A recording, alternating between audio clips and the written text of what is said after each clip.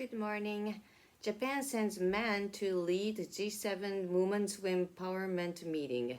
In late June, representatives from the group of seven nations and the European Union met in Japan's historic town of Nikko for a ministerial meeting on gender equality and women's empowerment. This was the first time for Japan to host a gender equality meeting, which was first held in Italy in 2017.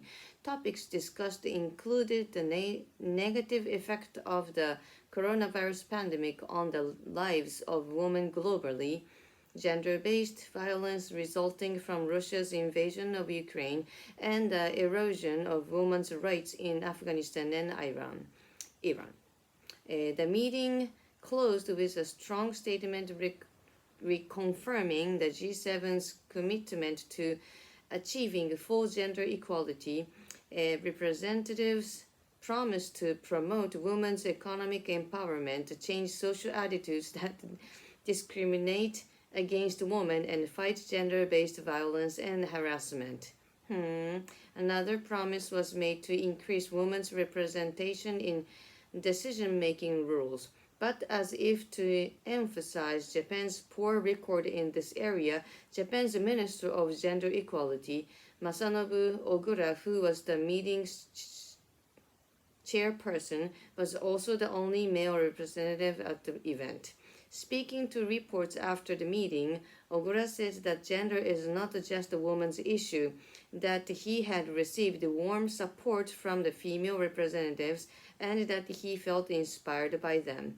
According to local newspaper Shimotsuke Shimbun, Ogura said all the participants had agreed that gender equality cannot be achieved by women alone. Of course not.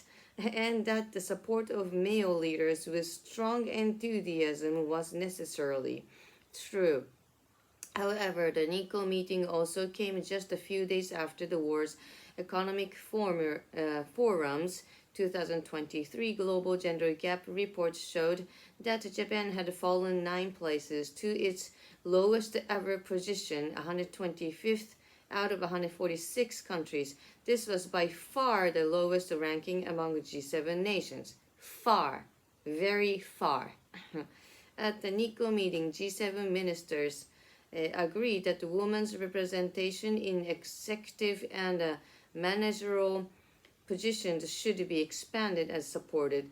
There was also an agreement that there should be an increase in women's representation in politics.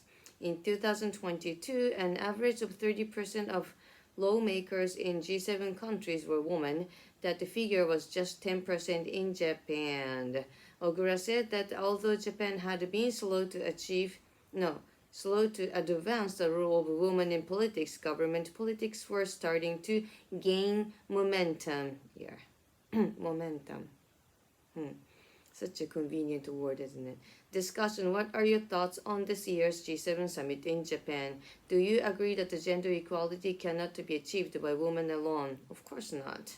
What would you expect? Does it surprise you that Japan's gender equality ranking has fallen to its lowest ever position? Why do you think Japan has been slow to achieve the role of women in politics? Culture. It's hard to get out of it. Do you think full gender equality will ever be achieved in your country? No, actually, it's not about the culture. It's just the mentality of it. And I think it's very hard to achieve. Further discussion. Not saying that I'm having a problem. Further discussion. Do you know many women in executive or managerial positions? I am in. What woman do you personally look up to?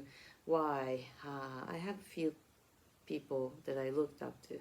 They have responsibility, equal responsibility, and they are really aiming for it to achieve it. Would you say that the men and women are treated equally in your line of work? I think in my department, yes. Which countries do you imagine rank highest in terms of gender equality? That's a hard question. Women are the largest untapped reservoir of talent in the world, huh? Hillary Clinton. What do you make of this statement? And that is so true. Go find it, the talent.